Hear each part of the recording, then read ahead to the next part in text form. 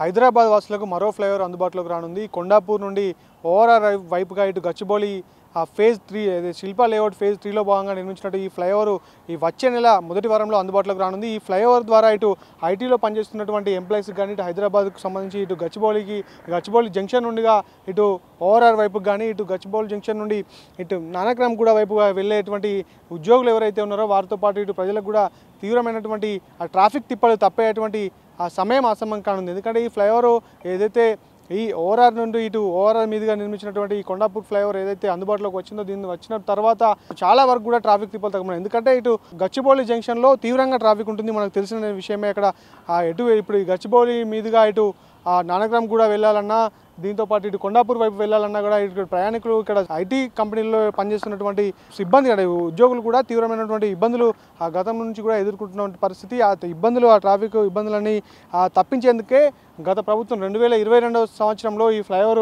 పనులు మొదలుపెట్టారు. దాదాపు 178 కోట్ల రూపాయల అంచనా వ్యయంతో దాదాపు 3 సంవత్సరాల పాటు 1.2 కిలోమీటర్ల ఫ్లైఓవర్ను నిర్మాణం చేపట్టారు. ఈ ఫ్లైఓవర్ ఇప్పటికీ తుది దశకు అంటే నిర్మాణ పనులన్నీ పూర్తిగా అయిపోయినాయి. ఇప్పుడు మనం చూసుకోవచ్చు, విజువల్లో చూసినట్టుగా కూడా పూర్తి దశకు అంటే తుది దశకు చేరుకుంది. వచ్చే నెలలో మొదటి వారంలో ఇటు ముఖ్యమంత్రి రేవంత్ రెడ్డి దీన్ని ప్రారంభించడం, అంటే ఆ లోపలిగా ఇక్కడ ఉన్నటువంటి దీని పనులన్నీ కూడా పూర్తి చేయాలంటూ కూడా ఇటు జిహెచ్ఎంసీకి సంబంధించినటువంటి కమిషనర్ కూడా ఇక్కడ ఆదేశాలు జారీ చేయడం జరిగింది.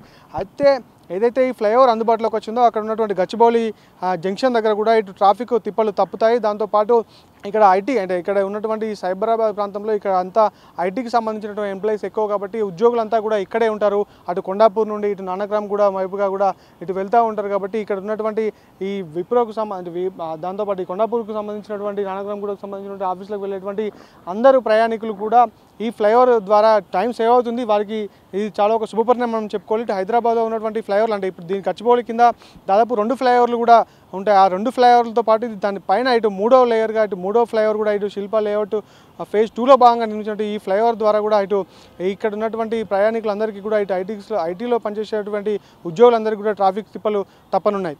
కెమెరా పర్సన్ నీరజ్తో జగన్, హైదరాబాద్ నుండి.